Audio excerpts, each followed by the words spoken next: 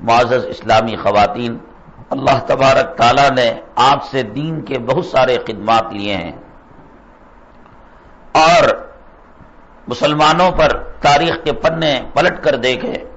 پتہ لگتا ہے کہ امت مسلمہ پر آپ کے بہت سارے احسانات ہیں۔ میری مائیں اور بہنیں، بڑے افسوس کے ساتھ کہنا پڑتا ہے کہ آج عورت کے تقدس کو یہود و نصارہ نے اور دنیا کے ظالموں نے، اسلام اور مسلمان دشمنوں نے پامال کر کے رکھ دیا ہے۔ عورت کی حرمت کو پیروں تلے روند کر رکھ دیا ہے۔ عورت کو اس کی اپنی اصلی پہچان سے نکال کر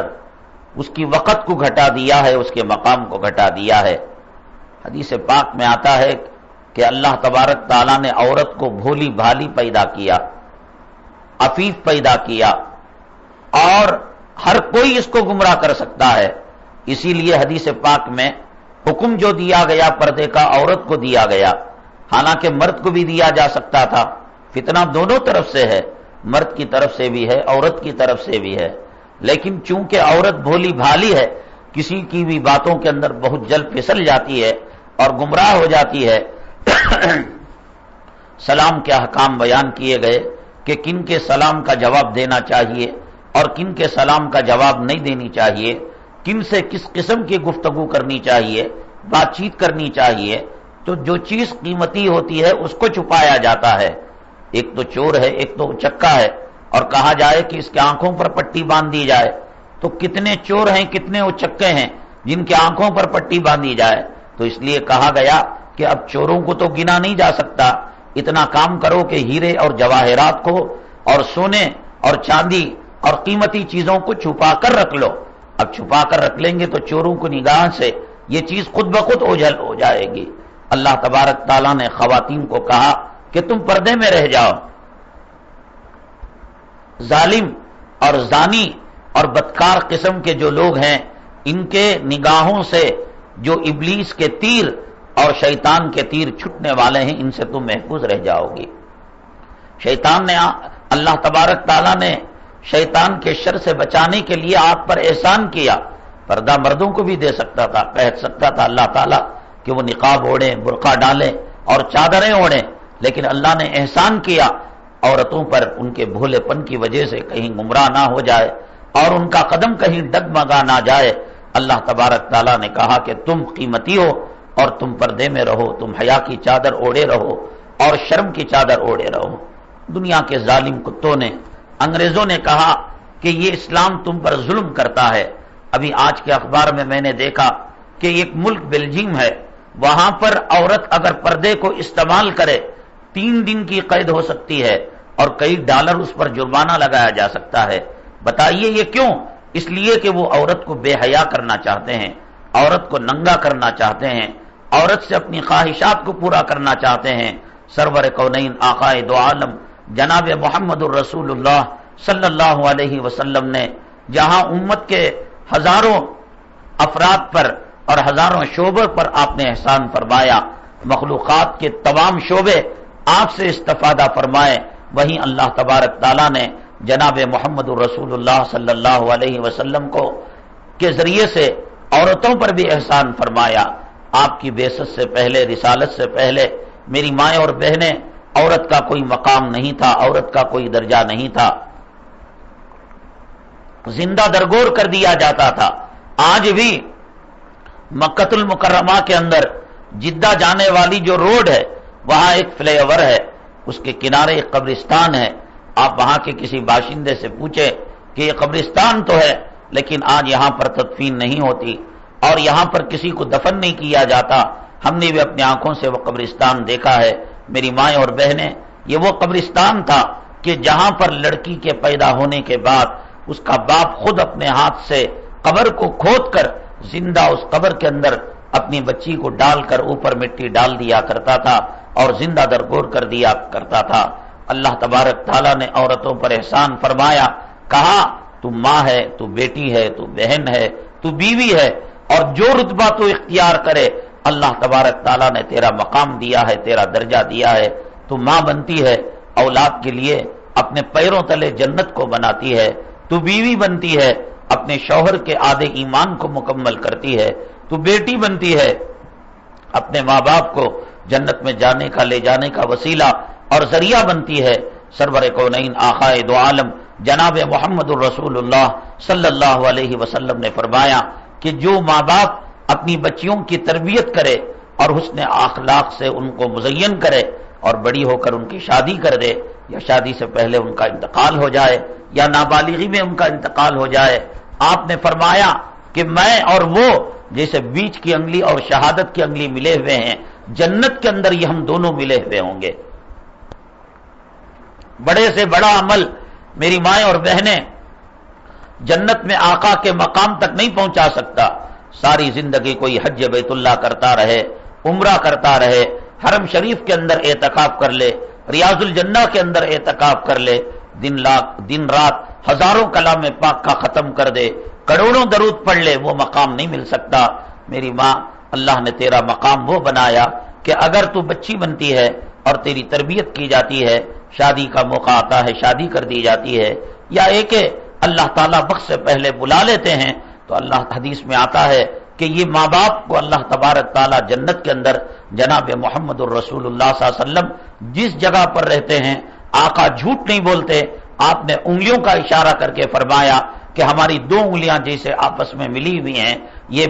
بچیوں کی تربیت کرنے والی یہ ماں اور یہ باپ، ہم دونوں جنت کے اندر ملے ہوئے ہوں گے۔ آپ کتنے قیمتی ہوں گے، آپ کتنے اچھے ہوں گے کہ آپ کی پرورش کرنے والی ماں کا یہ مقام ہے اور آپ کے تربیت کرنے والے باپ کا یہ مقام ہے۔ بیٹی بنے ماں باپ کو جنت میں، نہ صرف جنت میں، حضور اقدس صلی اللہ علیہ وسلم کے درجے میں، اور حضور اقدس صلی اللہ علیہ وسلم جنت الفردوس کے جس مقام پر رہتے ہیں، کچھ لمحوں کے لیے صحیح آپ اپنے ماں باپ کو اس مقام تک پہنچانے والے ہیں۔ جیسے کہ علماء فرماتے ہیں کہ جو بچہ کلام پاک کو حفظ کرتا ہے، اللہ تبارک تعالیٰ اس کے ماں باپ کے سر پر ایک تاج پہناتے ہیں، جو تاج چاند اور سورج سے زیادہ قیمتی ہوتا ہے۔ تو علماء کہتے ہیں کہ جب ماں باپ کے لیے اعزاز ہے تو اللہ تعالیٰ حافظ قرآن کا کیا مقام دیں گے اور کیا درجہ دیں گے۔ میری ماں، جب تو بیٹی بن کر یہ مقام پر پہنچتی ہے کہ ماں باپ کو جنت میں حضور اقدس صلی اللہ علیہ وسلم تک پہنچا دیتی ہے، تو اللہ کی نگاہ میں تیری قیمت کیا ہے، نبی کی نگاہ میں تیری قیمت کیا ہے۔ میری ماں، تو سمجھ لے کہ ان شیطانوں نے تجھے اس مقام سے دور کر دیا، تجھے پردے سے باہر نکال دیا، تجھے گھر کی ملکہ ہونے سے باہر نکال دیا، تیرے پیروں تلے جنت کو کھینچ کر سینڈل اور ہلز کے جو ہے چپل تیرے پیروں تلے لائے، تجھے نت نئی فیشن کی دنیا اور چمکتی دمکتی ظاہری دھوکے کی دنیا میں اس دنیا والوں نے تجھے مبتلا کر دیا۔ یہ دنیا کے ہوس کے بھیڑیے، یہ دنیا میں شہوت کے بھیڑیے تجھے بازار میں لا کر اپنی آنکھوں کی خواہش پوری کرنی چاہتے ہیں، اپنے دل کی مراد پوری کرنی چاہتے ہیں۔ ہر آئے دن میری ماں اور بہن دیکھنے میں یہ آتا ہے کہ کچرا جہاں پر پھینکا جاتا ہے وہاں پر ایک ناجائز بچہ پڑا ہوا رہتا ہے اور وہاں پر حمل گرا ہوا پڑا ہوا رہتا ہے۔ یہ سب کیا ہے میری مائیں اور بہنیں؟ اسلام کے راستے سے عورت ہٹی۔ جناب محمد رسول اللہ صلی اللہ علیہ وسلم نے عورت کو جس کوٹے سے باندھا تھا اس سے اس نے ناتا توڑ لیا، در در کی ٹھوکریں کھانے پر آج عورت مجبور ہو گئی، کبھی وہ ڈانس کرتی ہے، کبھی شراب کی بوتل میں آ جاتی ہے، حتیٰ کہ میری ماں اور بہن کہ وہ برش جسے ٹوائلٹ صاف کیا جاتا ہے اور وہ فنائل اور وہ کیمیکل جس سے بیت الخلاء صاف کیا جاتا ہے، میری ماں کہاں تیرے پیروں تلے جنت، کہاں تو بیٹی بن کر ماں باپ کو جنت میں پہنچانے والی، اور آج کہاں 10 روپے کے برش میں ٹوائلٹ صاف کرنے والے میں آج تیری تصویر آ رہی ہے، آج تیری فوٹو آ رہی ہے۔ ماں، اسلام کے احسان کو تو پہچان لے، قرآن کے احسان کو پہچان لے، رب کائنات نے تجھ پر جو احسان کیا وہ احسان کو تو پہچان لے۔ میں اللہ کی عزت و جلالت کی قسم کھا کر کہتا ہوں، جب تو اپنے مقام کو جان لے گی، اپنے مقام کو پہچان لے گی، اپنی قیمت کو جان لے گی، پھر دیکھنا کہ دنیا تیرے قدموں تلے گرے گی۔ اما عائشہ صدیقہ رضی اللہ تعالیٰ عنہ نے اپنی قیمت کو پہچانا، قیامت تک ان کے تذکرے ہو رہے ہیں۔ حضرت آسیہ رضی اللہ تعالیٰ عنہ نے اپنے مقام کو پہچانا، اللہ نے ان کے تذکرے کو کلام پاک میں ذکر فرما دیا۔ اللہ نے کسی مرد مومن کی مثال نہیں دی بلکہ عورت کی مثال دی۔ اللہ نے کہا وَضَرَبَ اللَّهُ مَثَلًا لِّلَّذِينَ آمَنُوا امْرَأَتَ فِرْعَوْنَ إِذْ قَالَتْ رَبِّ ابْنِ لِي عِندَكَ بَيْتًا فِي الْجَنَّةِ وَنَجِّنِي مِنْ فِرْعَوْنَ وَعَمَلِهِ ماں تو نے وہ کارنامہ انجام دیا کہ لاکھوں پہلوان مرد مل کر بھی وہ کارنامہ انجام دینا چاہے تو وہ کارنامہ انجام نہیں دے سکتے. اگر تو استقامت کی دیوی بن جائے، استقامت کا پہاڑ بن جائے اور تو عزم مصمم کر لے کہ مجھے سنتوں پر چلنا ہے، مجھے دین پر چلنا ہے، مجھے اللہ کے بتائے ہوئے طریقے پر چلنا ہے، مجھے جناب محمد الرسول اللہ صلی اللہ علیہ وسلم کے بتائے ہوئے طریقے پر چلنا ہے، میں اللہ کی قسم کھا کر کہہ سکتا ہوں کہ آنے والے طوفانوں کا رخ مڑ جائے گا، آنے والے زلزلے تھم جائیں گے، پہاڑوں کی حرکت خاموشی میں بدل جائے گی، ہواؤں کا رخ بدل جائے گا، ملک میں امن آ جائے گا، ملک میں چین آ جائے گا. ماں تو جب بی بی آسیہ بن کر دنیا میں آئی، وقت کا فرعون جس نے انا ربکم الاعلی کا دعویٰ کیا، حضرت موسیٰ علیہ السلام کی نبوت کا انکار کیا اور رسالت کا انکار کیا اور خود کہا کہ میں اللہ بن چکا ہوں، میں رب بن چکا ہوں، ایسے محل کے اندر تو بن کر نیک وقار عورت بن کر گئی تو نے وقت کے فرعون کا مقابلہ کیا، وقت کے جھوٹے خدا کا مقابلہ کیا.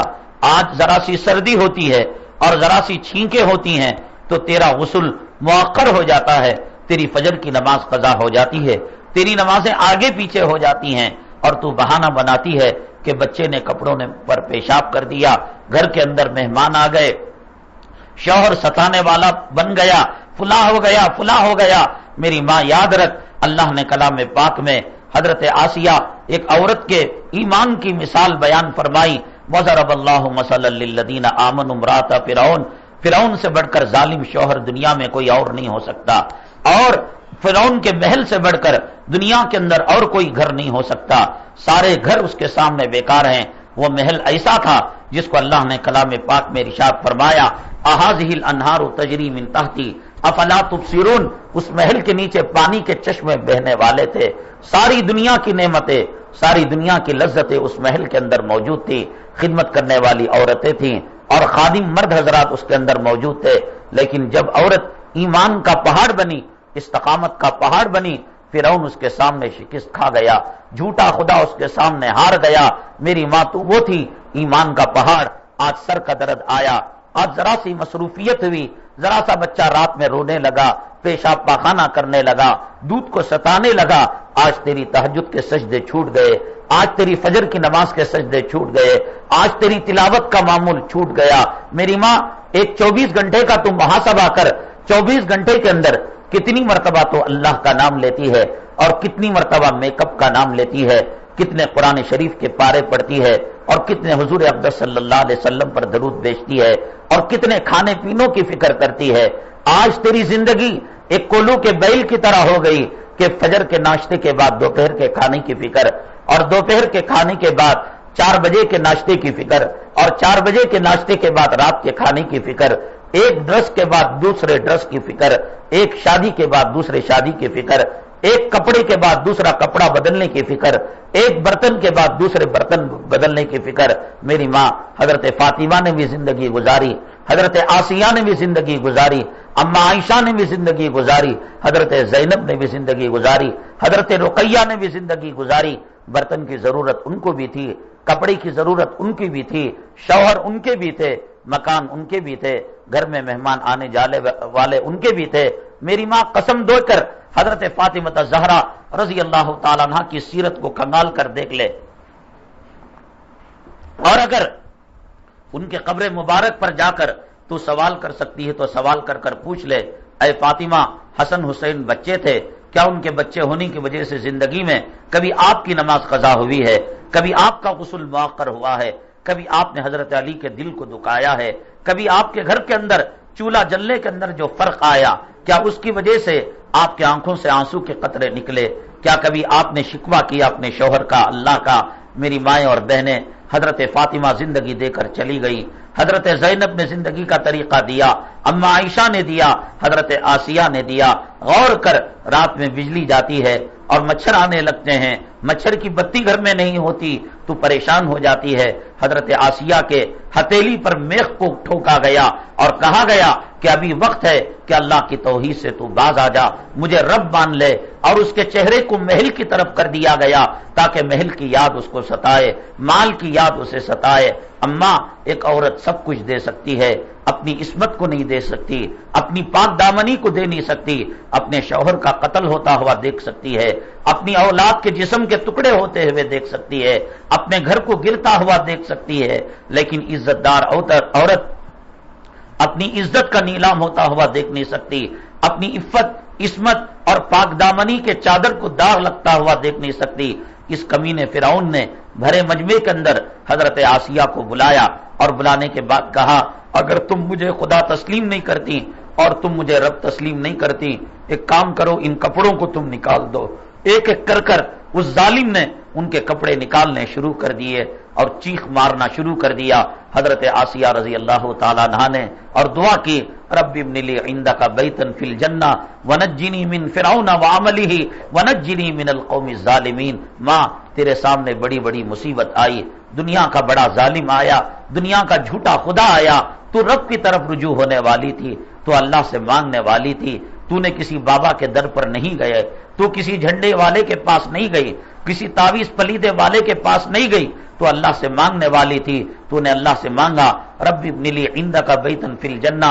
اے اللہ، مجھے فرعون آج میرے جسم سے کپڑے نکال رہا ہے، محل سے بے دخل کر رہا ہے، نکال رہا ہے، اے اللہ رب نجنی من القوم الظالمین، رب من فرعون وعملی، فرعون اور اس کے عمل سے مجھے نجات دے۔ اللہ تبارک تعالیٰ نے اسے نجات دی، اور حضرت جناب محمد رسول اللہ صلی اللہ علیہ وسلم معراج میں تشریف لے جانے لگے۔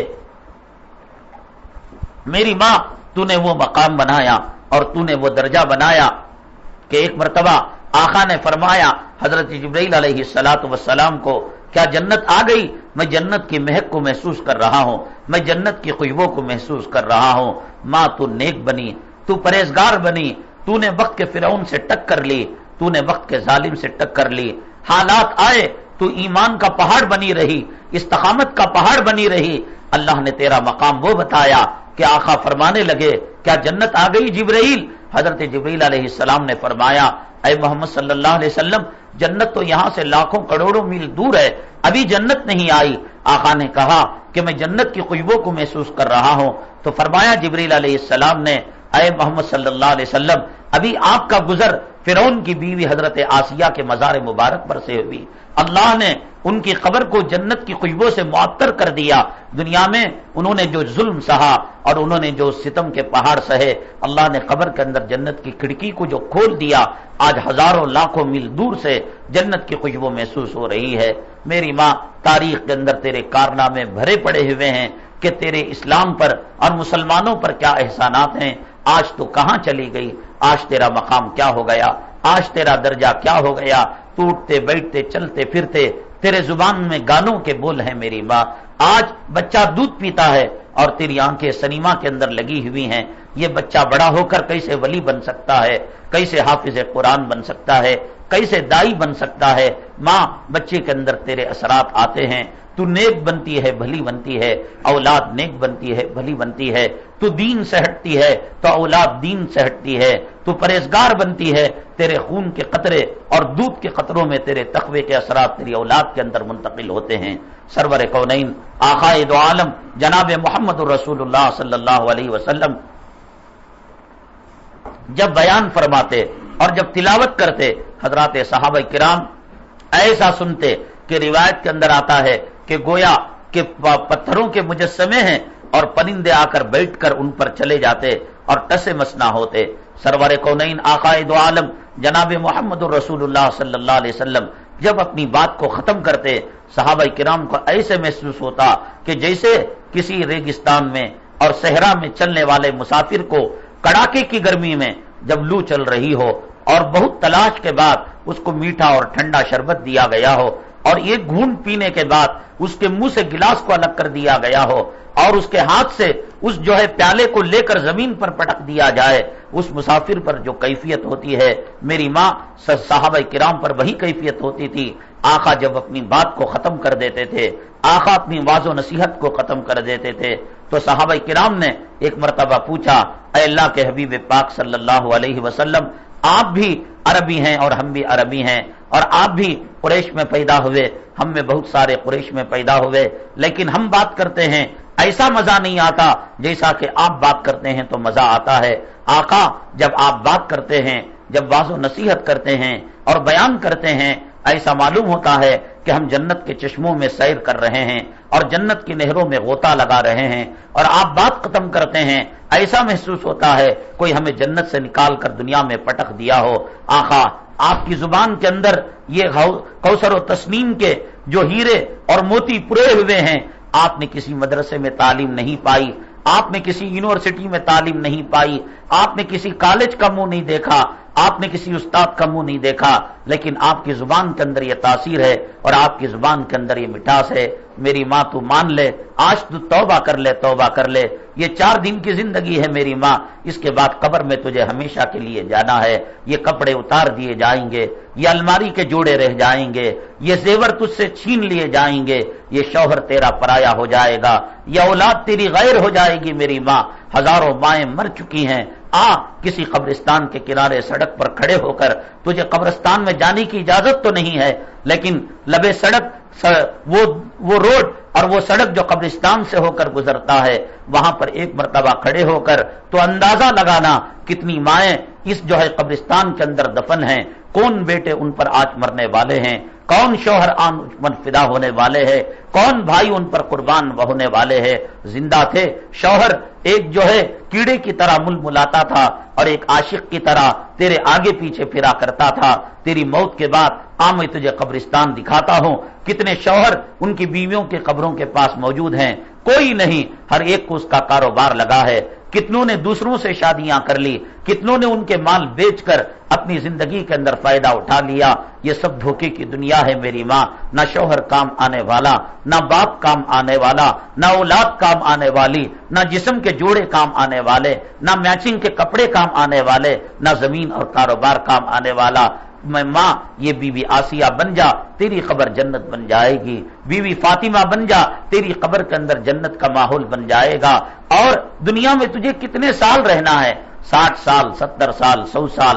میری ماں قبرستان کے کنارے کھڑے ہو کر میں تجھے ایک ایک قبر بتاتا ہوں، کوئی قبر 700 سال پرانی ہے، کوئی قبر 1000 سال پرانی ہے۔ ایودھیا جہاں پر بابری مسجد ہے، اکثر میں اس کا تذکرہ کیا کرتا ہوں۔ اتر پردیش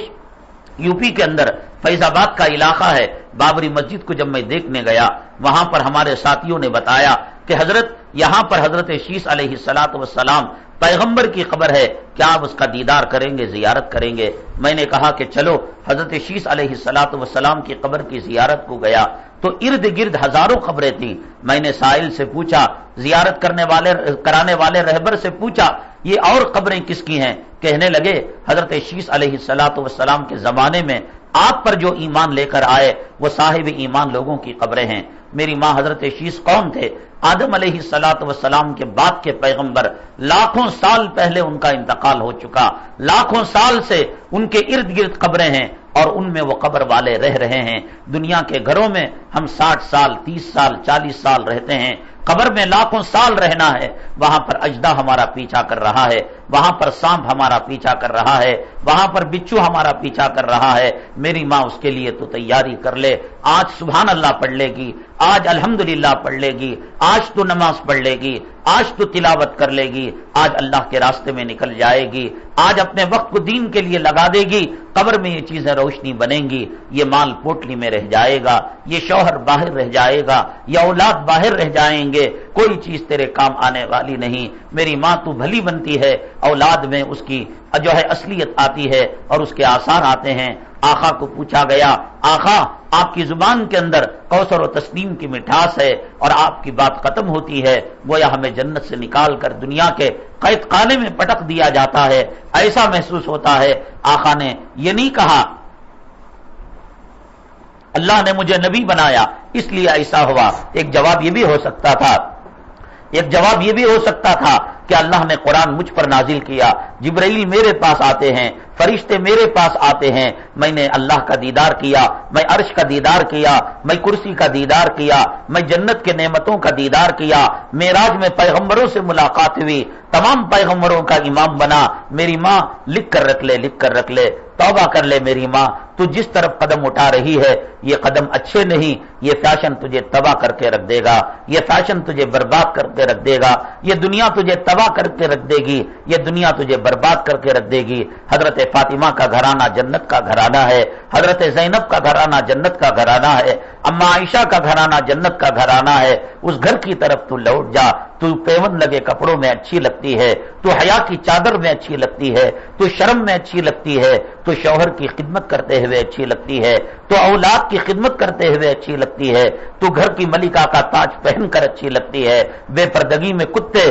تیری آبرو کو لوٹ لیں گے، تیری عصمت کو لوٹ لیں گے۔ میرے آقا سے پوچھا گیا کہ آپ کی زبان میں یہ تاثیر ہے، کئی جواب آپشن تھے اس کے کہ میں مکے میں پیدا ہوا، قرآن مجھ پر نازل ہوا، جنتیوں کی زبان عربی، میری زبان عربی۔ ماں دیکھ آقا کیا فرماتے ہیں، آقا فرماتے ہیں میری زبان میں جو مٹھاس ہے، میری زبان میں جو تقویٰ ہے، میری زبان میں جو کشش ہے، وہ حلیمہ سعدیہ کے دودھ کی تاثیر ہے۔ اماں وہ دودھ کے قطرے میں آقا کی زبان میں تاثیر پیدا کر دی، تو بھلی بنتی ہے، تیرے دودھ کے قطروں سے امت میں متقی پیدا ہوتے ہیں، تو نیک وکار بنتی ہے، تیرے دودھ کے قطروں سے امت میں خواجہ اجمیری پیدا ہوتے ہیں، تو تہجد گزار بنتی ہے، تیرے دودھ کے قطروں سے امت کے اندر نظام الدین اولیاء پیدا ہوتے ہیں۔ اما تو ہی نے تو حضرت مولانا محمد الیاس صاحب کی تربیت فرمائی تھی، تو ہی نے تو حضرت مولانا زکریا صاحب کی تربیت فرمائی تھی۔ ایک نکاح کے موقع پر حضرت مولانا محمد الیاس صاحب کو تو نے نکاح میں دے دیا تھا، ایک نیکوکار عورت کو، تو نے ان کی فراست کو، ان کے تقوی کے تہ کو پہچان لیا تھا۔ آج دنیا کے چپے چپے میں تیرے نام لیوا موجود ہیں، حضرت الیاس کا لشکر موجود ہے، کیوں ہے؟ یہ ماں کی فراست تھی، یہ ماں کے تقوی کا اثر تھا کہ ماں یہ راستے کو چھوڑ دے، یہ فیشن کا راستہ ہماری دنیا کے کو بھی تباہ کر دے گا، برباد کر دے گا، گھر کے سکون کو تباہ کر دے گا، برباد کر دے گا۔ حقیقی سکون حضرت فاطمہ کی زندگانی میں ہے، حقیقی راحت اما عائشہ صدیقہ رضی اللہ تعالیٰ عنہ کے گھرانے میں ہے۔ چھوڑ دے دنیا، چھوڑ دے، اس دنیا نے کسی کا ساتھ نہیں دیا۔ میں بارہا کہا کرتا ہوں کہ اماں کہ اگر تیرے ہاتھ کے اندر انگوٹھی ہے اور تیرا انتقال ہو جائے، یہ انگوٹھی تیری قبر میں نہیں جا سکتی۔ بس سالن کہتی ہے اجی نہیں، انگوٹھی پھنس گئی ہے انگلی کے اندر، تو علماء کہیں گے انگلی کو کاٹ کر انگوٹھی نکال لو، لیکن اس انگوٹھی کے ساتھ وہ عورت قبر میں نہیں جا سکتی۔ دنیا کی ایک انگوٹھی کو لے کر تو قبر میں نہیں جائے گی، تو یہ مال تیرے کیا ساتھ دے گا؟ یہ سبحان اللہ، یہ الحمدللہ، یہ نماز، یہ تہجد، یہ ساتھ دیں گے؟ ماں یہ دنیا میں جتنی فیشن کی چیزیں ہیں یہ ہمارے جیبوں پر ڈاکہ ڈالتے ہیں۔ کوئی عورت یہ فیشن کی چیزیں استعمال کر کر خوبصورت آج تک نہیں بنی۔ میں تجھے دین کا نسخہ بتاتا ہوں کہ چند دنوں تک تو رات کو اٹھ کر کڑاکے کی سردی میں تو وضو کر لے، تو غسل کر لے، تہجد کی 2 رکعتیں پڑھ لے۔ میرے رب کی قسم ماں تیرے چہرے پر وہ روشنی آئے گی، وہ نور آئے گا کہ دنیا کے کیمیکل اس کے سامنے فیل ہو جائیں گے، صابن اس کے سامنے فیل ہو جائیں گے، چاند کی چاندنی تیرے حسن کے سامنے بیکار ہے، ستاروں کی چمک دمک تیرے حسن کے سامنے بیکار ہے۔ ماں تو نیکوکار بن جا، تیرا چہرہ چاند و سورج سے زیادہ مزین ہو جاتا ہے۔ ماں تو بدکار بن جا، دنیا کے سارے صابن استعمال کر رہے، شیمپو کریم استعمال کر لے، لیکن تیرے چہرے پر بے نمازی کی جو لعنت ہوگی، تیرے چہرے پر خدا رسول کی جو لعنت ہوگی، اس لعنت کے توق کو کوئی نہیں نکال سکتا۔ اس لیے میری ماں آج توبہ کر لے، آج توبہ کر لے۔ اللہ نے تجھے دین کی مجلس کے لیے قبول فرما لیا، ہمیشہ کے لیے اپنے وقت کو آخرت کے لیے لگا دے، اپنا معمول بنا دے کہ روزانہ اتنے پارے تو تلاوت کیا کرے گی۔ ماں تو جب تلاوت کرتی ہے، تیرا ننھا منا بچہ اس کو قرآن پڑھنا نہیں آتا، تجھے دیکھ کر وہ کلام پاک کو کھول کر یا کوئی کتاب رحل پر رکھ کر ڈلنے لگتا ہے، خدا کی رحمت جانثار ہو جاتی ہے۔ وہ رحمت اللہ کی تیرے گھر کو گھیر لیتی ہے، بلائیاں دور ہو جاتی ہیں، مصیبتیں دور ہو جاتی ہیں۔ ماں جب تو سجدے میں جاتی ہے، تیرے بچے کو پتا نہیں کہ بچہ سجدہ کیا ہے، لیکن پھر بھی وہ تجھے سجدے میں دیکھ کر تیرا ننھا منا بچہ، دودھ پیتا بچہ، رینگنے والا بچہ سجدے میں جاتا ہے، خدا کی رحمت اس گھر پر جانثار ہو جاتی ہے۔ ماں تو جب سنیما دیکھتی ہے اور بچہ تیرے ساتھ بیٹھ کر ٹی وی دیکھتا ہے، خدا کی رحمتیں اس گھر سے ہٹ جاتی ہیں۔ اللہ کے لیے توبہ کر لے، اللہ کے لیے توبہ کر لے، تیرا ایک قدم پورے معاشرے کو تباہ کر سکتا ہے، اور تیرا سدھرنا پورے سماج سوسائٹی کو جنت میں لے جا سکتا ہے۔ اللہ ہمارے کہنے سننے کو قبول فرمائے۔ اللہ تبارک تعالیٰ تیرے دلوں سے دنیا داری کو نکال کر آخرت کی محبت پیدا فرمائے، اور جنت کی محبت پیدا فرمائے، عرش و کرسی کی محبت پیدا فرمائے، حوض کوثر کی پانی کی محبت پیدا فرمائے۔ اللہ تبارک تعالیٰ امت مسلمہ کی ماؤں پر رحم و کرم کا معاملہ فرمائے، بی بی فاطمہ کے طریقے پر ان کی زندگی گزارے، حضرت زینب رقیہ اما عائشہ کے طریقے پر ان کا گھرانہ گزارے۔ آمین وآخر دعوانا الحمدللہ رب العالمین۔